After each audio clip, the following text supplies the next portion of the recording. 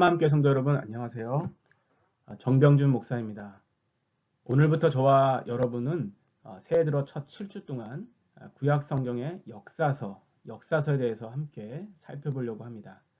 한 장 한 절씩 충분한 시간을 두고 천천히 그리고 자세히 살펴보면 좋겠지만 시간 관계상 그렇게 할 수가 없어서 한 주에 한 권씩 핵심적인 부분들을 같이 살펴보면서 이번 7주 동안 구약의 역사서에 대한 전반적인 흐름과 함께 또 그 속에 담긴 하나님의 약속하심이 어떻게 보존되고 또 어떻게 성취되는지를 여러분과 함께 배우는 시간 갖도록 하겠습니다. 먼저 구약의 역사서를 들어가기 전에 우리가 구약 성경의 구조를 잠깐 살펴보려고 합니다. 구약 성경은 주제별로 4가지로 크게 골격을 나눠지는데 모세가 지은 5권서죠. 바로 율법을 담고 있는 모세오경, 그리고 이스라엘의 역사를 담고 있는 역사서, 그리고 예언을 담고 있는 예언서, 그리고 삶의 체험을 담고 있는 시가서, 이렇게 구분되어 있습니다. 저와 여러분이 7주 동안 살펴본 역사서에는 여호수아, 사사기, 룻기, 사무엘상하, 열왕기상하, 역대상하, 에스랴, 느헤미야, 에스더 이렇게 12권의 성경 권서가 포함되는데요. 이 12권의 역사서 역시 그 안에서 시대별로 다시 구분이 됩니다. 즉 가나안 정복과 정착기, 그리고 이스라엘의 왕국 시대, 그리고 바벨론 포로기 시대와 귀환 후에 예루살렘 재건 시대로 이렇게 나눠지죠. 오늘은 첫 번째 시간으로 이스라엘의 가나안 정복을 담고 있는 여호수아서에 대해서 여러분과 함께 살펴보도록 하겠습니다. 여호수아서의 저자는 정확히 알려지고 있지 않습니다. 다만 복음주의 성경학자들에 의하면 분명 여호수아 자신도 이 여호수아서의 대부분을 썼을 것이며 또 여호수아 사후의 내용들이 기록된 것으로 봐서는 여호수아 외에도 후대의 그 누군가에 의해 보충되어서 책이 완성되었을 것이라고 그렇게 추측하고 있습니다. 먼저 가나안 땅은 위성지도에서 보시는 바와 같이 오늘날 이스라엘의 팔레스티안 지역을 말하는데요. 위에 갈릴리 호수에서 남쪽의 사해까지 연결된 요단강이 보이실 것입니다. 그 요단강의 서편을 말하는 것입니다. 이스라엘 민족이 400여 년간 애굽에서 종살이를 마치고 40년의 광야 생활을 거치는 동안 여호수아와 갈렙을 제외한 출애굽 1세대들이 거의 다 죽게 되죠. 그리고 광야 시대에 태어난 출애굽 2세대들과 새로운 민족의 지도자가 됐던 여호수아가 이제 이 요단강을 건너 가나안 땅에 들어가게 됩니다. 이른바 가나안 정복 시대가 시작된 것이죠. 여호수아의 내용은 크게 세 부분으로 나눠지는데요. 1장부터 12장은 가나안 정복에 대한 내용들을 담고 있고, 그리고 13장부터 22장은 가나안 땅의 분배에 대한 내용들, 그리고 마지막 23장과 24장은 결론으로서 여호수아의 고별사를 담고 있습니다. 이 세 부분에서 다뤄지는 내용들을 통해서 우리는 이스라엘 민족에게 하신 하나님의 약속들이 어떻게 하나하나 성취되는지를 보면서 그 속에서 신앙적인 교훈을 여호수아를 통해서 얻게 되는 것입니다. 자, 그럼 일부의 내용을 먼저 살펴보도록 하겠습니다. 여호수아 1장부터 12장의 내용은 가나안 땅을 정복하는 과정에 대한 그런 내용들이 담겨 있습니다. 이스라엘 민족이 가나안 땅을 정복하는 것은 철저하게 하나님의 약속에 근거한 정복인 것입니다. 즉 하나님께서 그들의 조상이었던 아브라함을 통하여서 하신 약속들, 즉 창세기 15장에 있는 가나안 땅을 그의 후손에게 주시겠다라는 그 약속에 근거한 정복이라는 것이죠.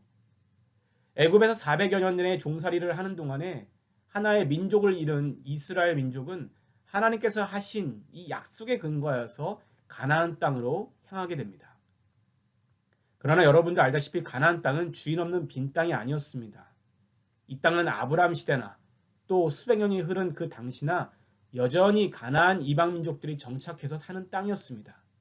그래서 하나의 의문이 생기는 것이죠. 이스라엘 민족이 가나안 민족의 땅을 빼앗은 가나안 침략인가? 그에 대한 도덕적인 책임을 없는 것인가에 대한 마음의 질문들이 하나 남습니다. 더구나 하나님께서는 가나안 정복을 시작하기 앞서서 이스라엘 민족에게 가나안 땅의 모든 것을 진멸하라는 명령까지 하십니다. 이를 두고 하나님의 사랑과 자비의 속성에 대한 의구심을 갖게 될 수도 있는 것이죠. 실상 비기독교인들은 이러한 여호수아서의 기록을 보고 이스라엘 민족뿐만 아니라 이스라엘의 하나님의 장인성을 부각시키기도 합니다. 우리가 여호수아서를 읽으면서 가나안 정복 전쟁을 통해 가지게 되는 이 의구심에 대해서는 반드시 정확한 이해가 필요합니다.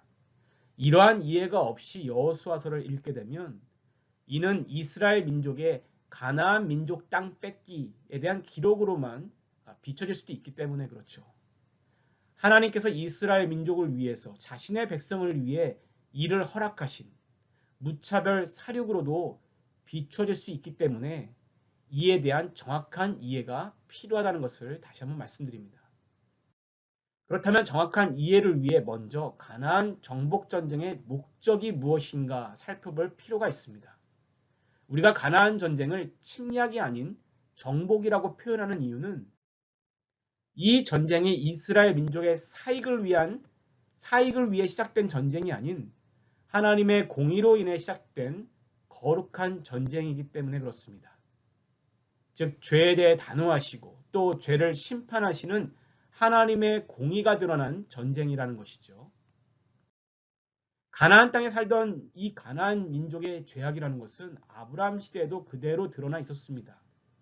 그들의 죄악은 타락한 종교와 문화에 근거한 죄악들이고 또 특별히 하나님께서 금하신 인신제사, 즉 사람을 산채로 태우거나 죽여서 신에게 바치는 그러한 죄악들, 그리고 성적으로 문란한 문화 속에서 자양되는 수많은 죄악들이었습니다. 이러한 죄악들에 대해 하나님께서는 아브라함에게 말씀하실 때에 그 땅의 죄악이 아직 관영하지 않았으니, 즉 다 가득 차지 않았으나 관영하게 되면 그 죄악을 심판하실 것이라고 예고하셨죠. 이는 400여 년이 지나 이 가나안 정복 전쟁이 시작되기 전까지 약 400여 년의 기간 동안에 가나안 민족들의 죄악에 대해서 하나님께서 회개의 기회를 주셨다고 할 수 있는 것입니다. 그러나 그들의 죄악은 더더욱 커져갔고 또 그 죄악은 가나안 땅에 뿌리 깊게 그리고 널리 퍼져서 점점 관영했던 것입니다. 이러한 죄악들에 대해 하나님은 그의 공의로 심판하셨기 때문에 심판하셔야 하기 때문에 성경은 가나안 전쟁을 이스라엘 민족의 사익을 위한 전쟁이 아닌 하나님의 거룩한 전쟁, 하나님의 공의가 드러난 전쟁으로 표현하고 있는 것이죠. 하나님께서는 가나안 전쟁을 통해 그 땅의 죄악들을 심판하시고 또 새롭게 그 땅 가운데 정의가 그리고 의가 세워지게 하고자 하셨던 것입니다. 그러므로 단지 이스라엘 백성을 위한 땅 뺏기가 아닌 것이죠. 죄악에 대한 하나님의 공의의 심판이라는 이 명분은 하나님께서 가나안 정복을 주도하신 그 방법에서 그대로 드러납니다. 즉 하나님께서는 이스라엘 민족에게 가나안 땅을 정복할 때에 그 땅의 것을 취하지 말고 진멸, 즉 헤렘하라는 것을 명령하시는데요. 여기서 말하는 진멸의 뜻인 이 헤렘이라는 것은 곧 받쳐진 것, 금기된 것, 봉헌된 것을 의미합니다. 하나님께서는 이스라엘 민족의 정복을 통해 가나안 민족의 것을 탈취하거나 전리품으로 취하지 않고 진멸하라고 명령하셨습니다. 즉 죄악을 진멸하라는 상징의 의미가 담겨 있는 것이죠. 아무리 좋은 것이라 할지라도 이를 어기고 취하게 되면 오히려 그 자신이 진멸의 대상이 된다는 것도 또한 말씀하셨습니다. 일반적으로 당대 전쟁이라는 것이 정복을 하면 전리품을 취하는 것이 당연하였습니다. 그러나 이 전쟁은 전리품이 없는 거룩한 하나님의 전쟁인 것이죠. 죄악의 근원이 된 진멸의 대상을 넘기게 되면 오히려 남김으로써 이스라엘 민족이 후에 그들의 죄로 인해 물들어 빠질 것을 염려하셨기 때문에 그렇습니다. 하나님께서는 이러한 가나안 땅에 만연한 죄악들을 심판하시고 거룩함과 의로움으로 그 땅을 새롭게 하시려고 하셨던 것입니다. 그러므로 그의 거룩한 백성들이 가나안 민족의 죄악을 답습하여서 그대로 따라하여서 또다시 하나님의 심판과 공의 아래 놓이지 않기를 미리미리 경고하셨던 것이죠. 이스라엘 민족이라 할지라도 가나안 민족들의 죄악을 답습하거나 그들의 타락한 죄악들을 범하게 되면 죄에 대해 단호하신 하나님의 공의와 심판이 바로 가나안 민족뿐만 아니라 자신의 백성이라 할지라도 이스라엘 백성에게 내려지게끔 공평한 하나님의 공의가 드러나는 것입니다.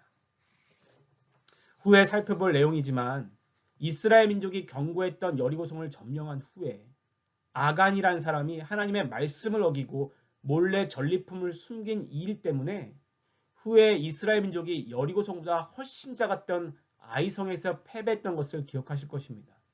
결국 그 패배의 원인이 되었던 아간이 죽임을 당하고 이후의 전투에서 아이성을 정복하는 과정을 보면 하나님의 공의의 잣대라는 것은 가나안 민족에게만 내려진 것이 아니라는 것을 알 수 있는 것이죠. 이러한 하나님의 목적 때문에 가나안 전쟁은 이스라엘 민족이 일으킨 전쟁이 아니라 여호와 하나님께서 직접 지휘하신 거룩한 전쟁, 그리고 하나님의 방법대로 치루어진 거룩한 전쟁, 그리고 하나님의 대적에 대한 하나님의 거룩한 전쟁이었다는 것을 우리가 이해해야 하는 것입니다. 이러한 이해적인 관점으로 여호수아서를 읽어야 하는 것이죠. 하나님께서는 이 거룩한 전쟁이 하나님의 주권하에 이루어지고 있음을 그의 백성들에게 그대로 가르쳐 주십니다. 가나안 땅의 시작이라고 할 수 있는 요단강을 건너기 직전에 어떤 일이 있었습니까? 하나님께서는 백성들로 하여금 자신을 성결케 하라고 그렇게 명령하십니다. 그리고 범람하는 요단강을 막으시고 건너게 하실 때에 하나님의 임재를 상징하는 언약궤를 제사장들에게 매게 하시고 그림과 같이 백성들 앞서 제일 먼저 요단강을 건너 가나안 땅으로 들어가게 했습니다. 이는 곧 전쟁의 주체가 누구인지를 보여주는 상징적인 사건이었던 것이죠. 오래전에 그들의 조상들이 홍해를 건널 때에 홍해를 가르셨던 그 하나님의 능력이 이스라엘 민족을 이끌어서 가나안 땅으로 들여보내시는 것을 선포하는 것이었습니다. 이런 하나님의 주권은 가나안 땅에서의 첫 전투였죠. 바로 여리고성 정복에서도 그대로 드러납니다. 가나안 정복의 실질적인 첫 전투였던 여리고성의 전투는 일반적인 전투처럼 공성전의 형태가 아닌 하나님의 방법에 따라 치러진 첫 전쟁이었습니다. 하나님께서는 언약궤와 함께 백성들이 6일 동안 하루에 한 바퀴씩 여리고성 주위를 돌게 하시죠. 그리고 마지막 날에는 7바퀴를 돈 뒤에 나팔을 크게 불었을 때 경고했던 여리고성은 무너지리라 그렇게 말씀하십니다. 그리고 이 말씀에 순종했던, 이 명령에 순종했던 여호수아와 백성들은 마지막 날 무너져버린 여리고성 벽을 넘어서 무혈로 여리고성을 점령하게 됩니다. 이는 곧 하나님의 거룩한 전쟁은 하나님께서 직접 지휘하시고 계심을 보여주는 사건이었습니다. 이 거룩한 전쟁의 승패는 이스라엘 민족의 전투력이나 전쟁의 도구에 달린 것이 아니라 하나님의 말씀에 순종함으로 승리를 얻게 된다는 것을 보여주시는 것이죠. 이스라엘 백성들은 하나님께서 주도하시는 이러한 전쟁을 보고 또 참여함으로 하나님께서 죄악을 얼마나 싫어하시는지 그들 스스로 직접 체험한 것입니다. 그들이 하나님의 거룩한 백성으로서 앞으로 이 가나안 땅에서 어떻게 살아야 하는지, 거룩함과 의로움을 갖고 살아야 한다는 것을 말씀을 지키며 그 말씀에 순종하여 죄로부터 먼 구분된 삶을 살아야 한다는 것을 깨달았다는 것이죠. 그렇게 시작된 가나안 정복은 보시는 그림과 같이 첫 전투였던 여리고성을 시작으로 하여서 점차 서편으로 진행하여 남쪽과 북쪽의 주요 가나안 거점들을 약 6년에 걸쳐 정복하게 됩니다. 이 정복의 의미는 가나안 땅의 모든 땅이 정복되는 것을 의미하는 것은 아니었습니다. 아직도 변방 혹은 천연 요새와 같은 지역에 잔여 이방 민족이 버티고 있었기 때문에 그렇죠. 13장에서 22장에 걸쳐진 여호수아의 2부의 내용은 주요 거점이 정복된 뒤에 이스라엘의 지파들에게 땅을 분배하는 그런 과정이 담겨 있습니다. 이 분배 과정은 철저하게 하나님의 주권에 맡겨진 제비뽑기 형식으로 이루어집니다. 모세가 살아있을 때에 이미 요단강 동편이죠. 즉 엄밀히 말하자면 가나안 땅은 아닙니다. 보시는 화살표에서처럼 이 요단강 동편의 땅을 요구했던 세 개의 지파가 있었습니다. 르우벤 지파, 그리고 갓 지파, 그리고 므낫세 지파의 2분의 1, 즉 반에 해당하는 므낫세 반지파를 제외한 나머지 지파들이 정복한 가나안 땅을 이제 분배받게 된 것이죠. 그렇게 각 지파는 분배받은 땅으로 흩어져서 아직 정복하지 못한 미정복지를 정복하고 그 땅을 자신들의 기업으로 차지하게 됩니다. 이스라엘의 12지파는 야곱의 12아들과는 약간의 차이가 있습니다. 창세기 기록을 보면 야곱에게는 4명의 아내가 있었습니다. 먼저 자매지간인 레아와 라헬이 있죠. 레아와 라헬은 자매입니다. 그리고 그녀들의 여종이었던 실바와 비라까지 후에 야곱의 첩이 되어서 야곱에게는 총 4명의 아내가 있었습니다. 각각의 아내는 아들을 낳아서 야곱에게는 총 12명의 아들이 생깁니다. 이 아들들이 각기 후손을 이루고 후에 이스라엘의 지파들을 이루는데요. 이때 레위 지파는 하나님의 소유가 되면서 지파이지만 12지파에서는 빠지게 됩니다. 물론 그것이 이스라엘 민족 공동체에서 제외된다는 의미는 아닙니다. 여전히 이스라엘 민족이죠. 대신 요셉의 두 아들이었던 므낫세와 에브라임을 야곱이 죽기 전에 축복하였기 때문에 각각 레위 지파를 대신하여서 지파를 형성하게 됩니다. 이렇게 하여 이스라엘 지파는 12지파를 유지하게 된 것이죠. 이스라엘의 12지파가 가나안 땅 정복 후에 제비뽑기에 의해 땅을 분배받고 차지하게 된 것입니다.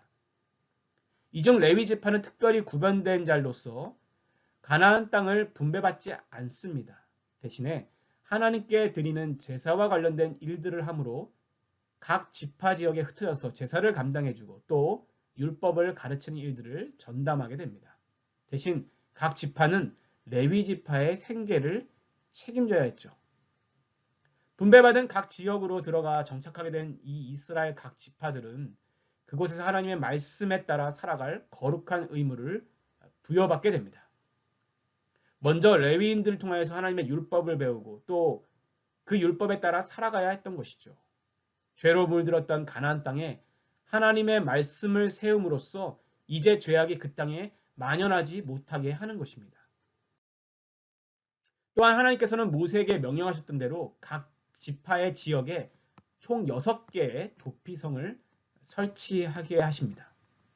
이는 어떤 고의성 없이 실수로 사람을 죽인 어떤 사람이 도피성에 피함으로써 먼저 보복적인 살인을 당하지 않게 하시기 위한 그런 조치였습니다. 도피성으로 피한 사람은 이후에 재판을 받아 고의성이 인정되면 그도 물론 사형을 당하게 되지만 그렇지 않을 경우에는 대제사장이 살아있을 동안에 이 도피성 안에서 피하게 살게 하고 대제사장이 사후에 모든 원한이 해결되게 함으로써 생명을 보존하게 하신 것입니다.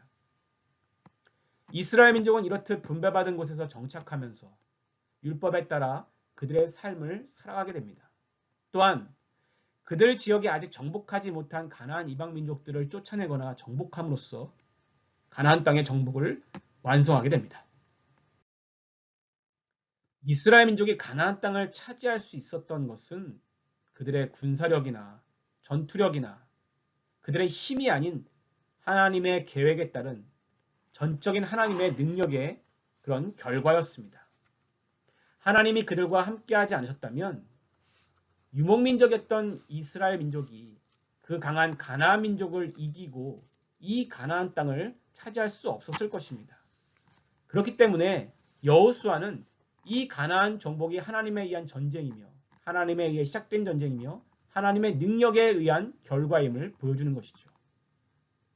이스라엘 민족보다 몇 배나 강하고 또 국가의 형태를 유지했던 가나안 민족들이 40년간 광야를 떠돌며 정규군 하나 없는 유랑민족을 두렸던 이유, 바로 이스라엘 민족을 애굽에서 이끌어내시고 홍해를 건너게 하신 그 하나님에 대한 소문이 가나안 땅에도 들려왔기 때문입니다. 가나안 민족이 이러한 하나님에 대한 소문을 듣고도 하나님을 대적했다라는 점은 분명 시사하는 바가 있습니다. 그들은 타락하고 부패한 죄악을 저질렀을 뿐만 아니라 하나님의 주권에 도전하는 대적을 했기 때문에 하나님께 심판의 대상이 되었던 것이죠. 그러나 아무리 가나안 민족이라 할지라도 여리고성의 라합과 같이 하나님을 대적하지 않고 오히려 하나님을 믿었던 사람은 하나님의 진멸의 대상에서 제외되어서 오히려 구원함을 얻었다는 사실 역시 우리가 기억해야 할 부분입니다. 가나안 민족이 하나님께서 허락하신 400여 년의 시간 동안에 그들의 죄악을 돌이켜 그 땅 가운데 죄악의 만연을 그들 스스로 끊고 홍해를 가르시고 기적을 행하시는 하나님께 대적하지 않고 오히려 하나님을 믿었다면 그들은 심판의 대상이 되지 않았을 것입니다. 오히려 이스라엘 민족과 공존하여서 하나님의 은혜를 받으며 살아갈 수 있었겠죠.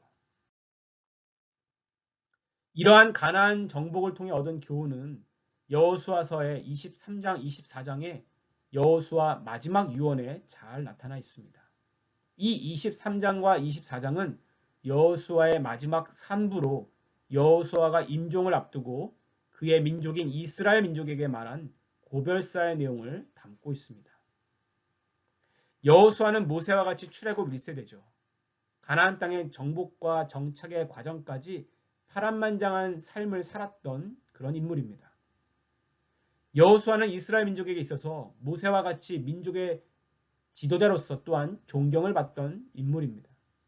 여호수아는 임종을 앞두고 그러한 자신의 민족에게 유언을 남깁니다. 이 유언의 핵심은 바로 하나님이 이루셨다는 것입니다. 하나님이 모든 것을 이루어 주셨다. 여호수아는 이스라엘 민족이 가나안 땅을 정복하고 정착하게 된 것은 전적인 하나님의 주권과 하나님의 능력임을 인정하고 있었습니다. 이스라엘 민족의 어떠한 공로나 그들의 힘이 아닌 오직 하나님의 능력에 의한 것임을 깨닫고 있었던 사람이죠. 여호수아는 가나안 이방 민족이 하나님의 심판을 받고 멸망한 이유를 잘 알고 있었습니다. 그것은 이스라엘 백성에게 땅을 주시기 위해 그들의 땅을 뺏은 것이 아니라 그들이 수백 년간 그 땅에서 자행해온 타락한 죄악, 마지막까지 하나님을 대적한 그들의 악함 때문이라는 것을 잘 알고 있었습니다. 그렇기 때문에 이스라엘 민족에게 가나안 이방 민족의 죄악을 절대 따라하지 말 것을 여호수아는 강조했던 것이죠. 그러기 위해서는 이방 민족과 절대로 통혼하지 말 것을 또한 강조합니다. 사실 이는 하나님께서 그들의 광야 생활을 할 때부터 강조하시고 경고하셨던 내용입니다. 이를 어기고 이방 민족과 통혼하게 되면 결국 그들의 우상을 받아들일 수밖에 없게 되고 결국 하나님의 심판을 자초하게 될 것이라는 것을 기억하라고 여호수아는 말합니다. 그래서 여호수아는 죄에 물들지 않기 위해 하나님의 말씀인 율법을 떠나지 말고 늘 순종하라고 그의 백성들에게 유언으로 남기죠. 이는 사실 모세에 이어 지도자가 되었던 여호수아에게 하나님께서 처음 하신 내용과 동일한 내용입니다. 이는 여호수아 1장에 기록된 내용으로 하나님께서는 여호수아에게 율법을 떠나지 말며 그대로 지켜 행하며 모세와 함께 했던 것처럼 여호수아에게도 그렇게 함께 해주실 것을 약속해 주셨죠. 그렇게 행하면, 그렇게 순종하면 그의 길을 형통하게 하시겠다라는 것이 하나님의 여호수아에게 하신 첫 약속이셨습니다. 이는 곧 가나안 입성과 정복이라는 큰 일을 그가 어떻게 하면 잘 치를 수 있는지, 어떻게 그 일을 수행할 수 있는지에 대한 방법을 말씀해 주신 것이죠. 즉 하나님의 말씀에 따라 순종하면 모든 일은 하나님께서 직접 이루시고 하신다는 것을 말씀해 주신 것입니다. 이를 파란만장한 인생 가운데 경험했던 사람이 바로 여호수아였습니다. 그래서 여호수아는 유언으로 그의 민족에게 그대로 그 중요한 깨달음을 전수한 것이죠.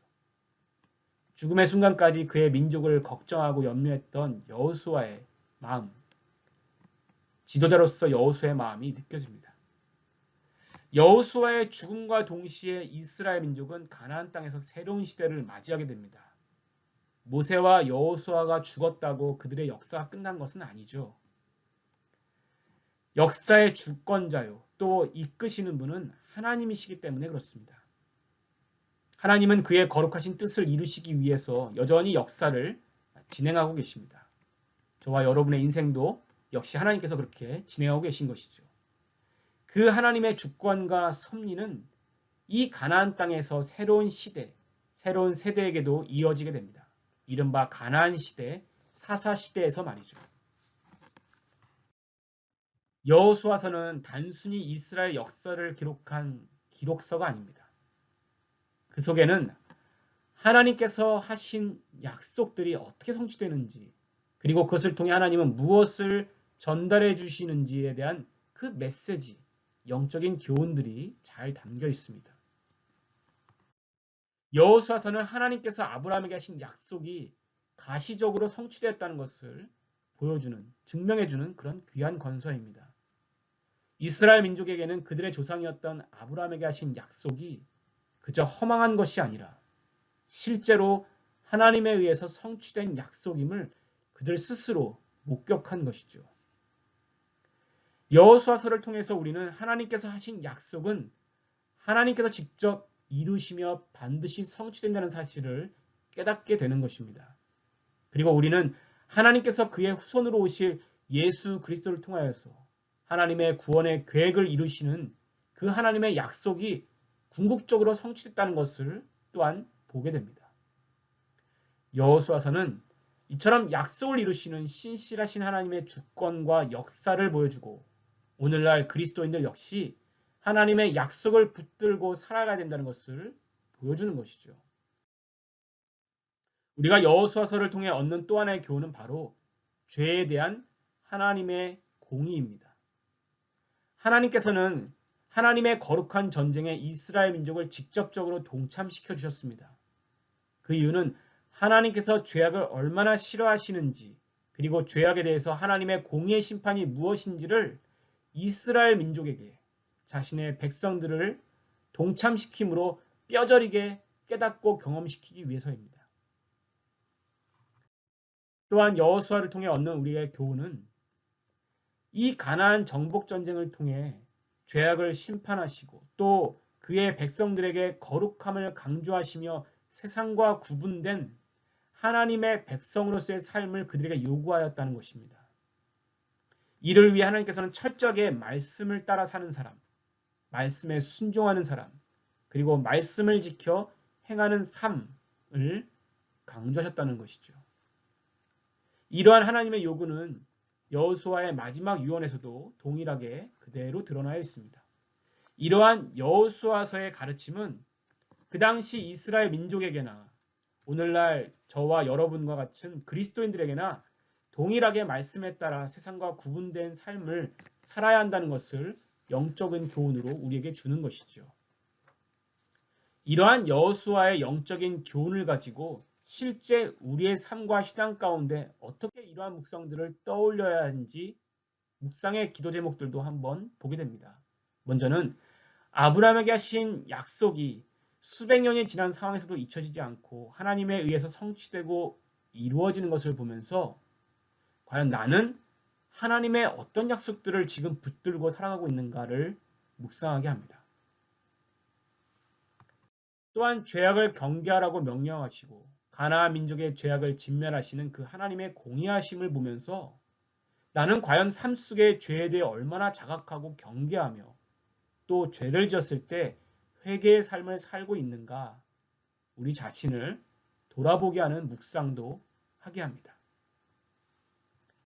마지막으로 점점 더 하나님을 대적하고 또 하나님을 반하는 이러한 죄된 세상 가운데 살아가야 하는 저와 여러분이 하나님의 거룩한 백성으로서 어떻게 합당하게 살아가야 하는지 또 어떻게 살아가는 것이 하나님께서 기뻐하시는 거룩한 그리스도인의 삶인지를 또한 묵상하게 한다는 것이죠. 이러한 묵상들에 대해서 스스로 고민하고 기도하면서 여호수아서에 담긴 영적인 교훈과 은혜를 깨닫기를 소원해 봅니다. 다음 시간에는 구약의 역사서의 두 번째 시간, 사사기와 룻기를 통하여서 영적 타락 속에서도 하나님의 주권과 구원의 섭리가 어떻게 나타나는지를 함께 여러분과 살펴보도록 하겠습니다. 그러면 한 주간 승리하시고 또 말씀 가운데 거하시는 한마음교회 모든 성도들이 되시기를 주님의 이름으로 축원합니다. 감사합니다.